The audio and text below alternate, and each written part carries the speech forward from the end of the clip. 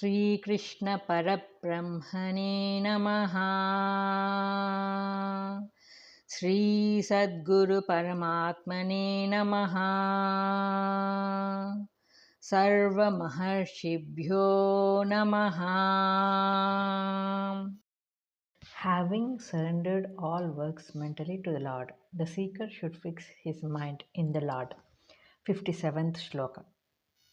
चेतसा सर्वकर्माणि मयि सन्न्यस्य मत्परः बुद्धियोगमुपाश्रित्य मच्चित्तः सततं भव. Substance. Mentally surrendering all actions to me, having me in the highest goal, resorting to Buddhi Yoga, fix your mind ever on me. Commentary. Chetasa.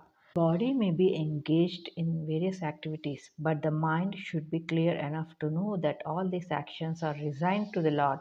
So the Lord here teaches resignation of the fruits of actions and not actions themselves. It is useless to give up the actions of the body while the mind wanders always in all directions, thinking of so many worldly things. On the other hand, while the body carries on its prescribed duties to be thinking of the Lord, prescribed duties to be thinking of the Lord and not giving up the fruits of action to Him leads to moksha. Therefore, the word chetasa is used here, knowing that it is the Lord's power that is running through Him and that His actions have no relevance to Him except as the work of the Lord is the secret of Karma Yoga. Buddhi Yogam. In the 10th discourse, the Lord has already declared that He would bestow Buddhi Yoga on His faithful devotee, the Dadami Buddhi Yogam. Concentration of mind and inquiry into the self are gifts of God to the devotee. This becomes clear when man attempts to clear the mystery of self knowledge. The inquiring mind is disturbed by 100 doubts and fears, longings, desires, and attachments. The path of inquiry is cleared up by God's grace. The wavering mind is brought to a state of steadiness. One pointed attention on the divine becomes possible. The inquirer then finds that the idea of I and mine are only fictitious creations of the mind, and what exists although is Atma. The word Satatam shows that the memory of the Supreme Reality should be constantly present in the consciousness, for otherwise Maya would plunge him into tamas and drag him down to the plane of sense enjoyments. So, sincere seeker should keep the thoughts of God fresh and clear always. Matparaha, knowing that the whole of the objective world is insentient and ephemeral, the wise man should consider Paramatma as the highest goal. Question. What should the jiva do to attain Paramatma? Answer. Mentally, he should surrender all actions to God. He should consider God as the highest goal. He should resort to Buddhi Yoga and carry on inquiry into the self. He should keep his mind fixed constantly on God. Question. What is the Lord's teaching? Is it the renunciation of action or the renunciation of the fruits of action? Answer. It is not the renunciation of action, but the fruits of action that is emphasized here. Though the body is engaged in various activities, the devotee is called up to surrender both the actions and their fruits of to act God.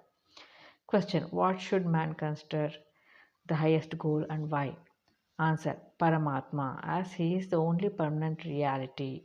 Question. On what should the mind be fixed constantly? Answer. On Paramatma.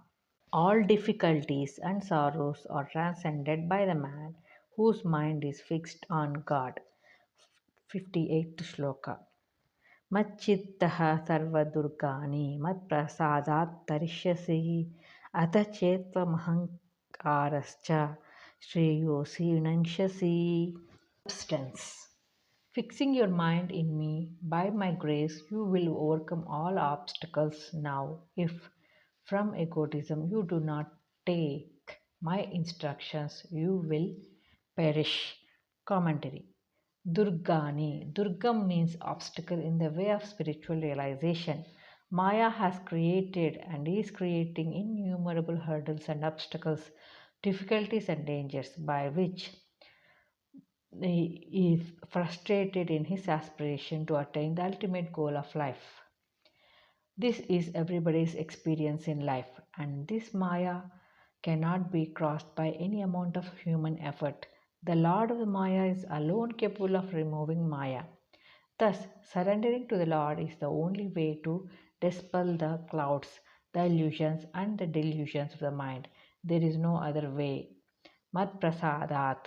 The Lord's grace is free from for all, but there those only who worship Him, heart and soul, feel the effect of His grace. Though the wind is blowing everywhere, only those sailors advance on the way who keep the sails of their boats unfurled. Those who seek shelter under a tree alone feel the cool shade. Therefore, surrender to the Lord is the only way for man to transcend all sorrows and difficulties. The choice is left to man. If he surrenders, he will be happy and overcome all difficulties. If he does not, eternal bondage will be his lot, however much he may struggle in the ocean of samsara. Question: how can a man transcend the difficulties of samsara? Answer: if he surrenders to the Lord with his mind fixed on Him, all the obstacles will vanish.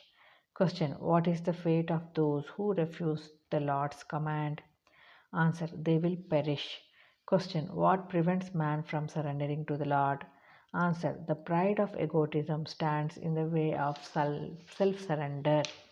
The Lord tells Arjuna that even if he refuses to fight on account of his egoism, nature will compel him to fight whether he wants it or not. 59th Shloka. Yadyahankaramashritya na yotsya iti manyase mitaisha vyasayaste prakrutistvam yokshyati. If promise if prompted by egoism, you think I will not fight, vain is your resolve, for nature will compel you. Commentary.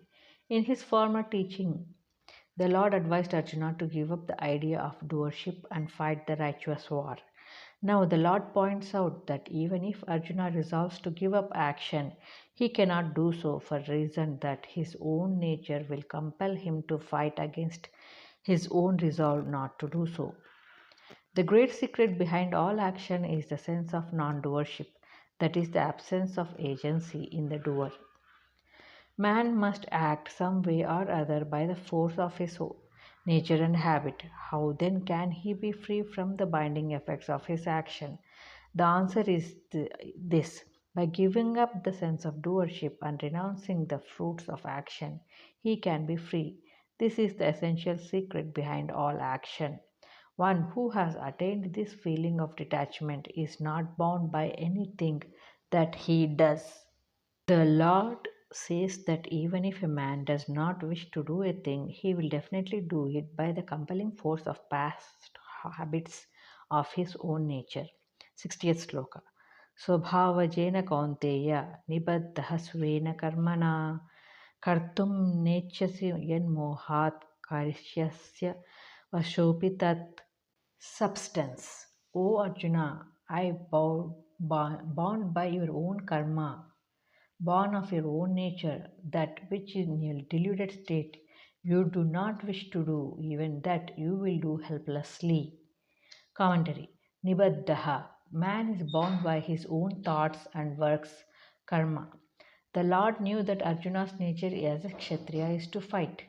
That is why he tells Arjuna that even if he does not wish to fight, he will still engage himself in the battle prompted to it by his own nature.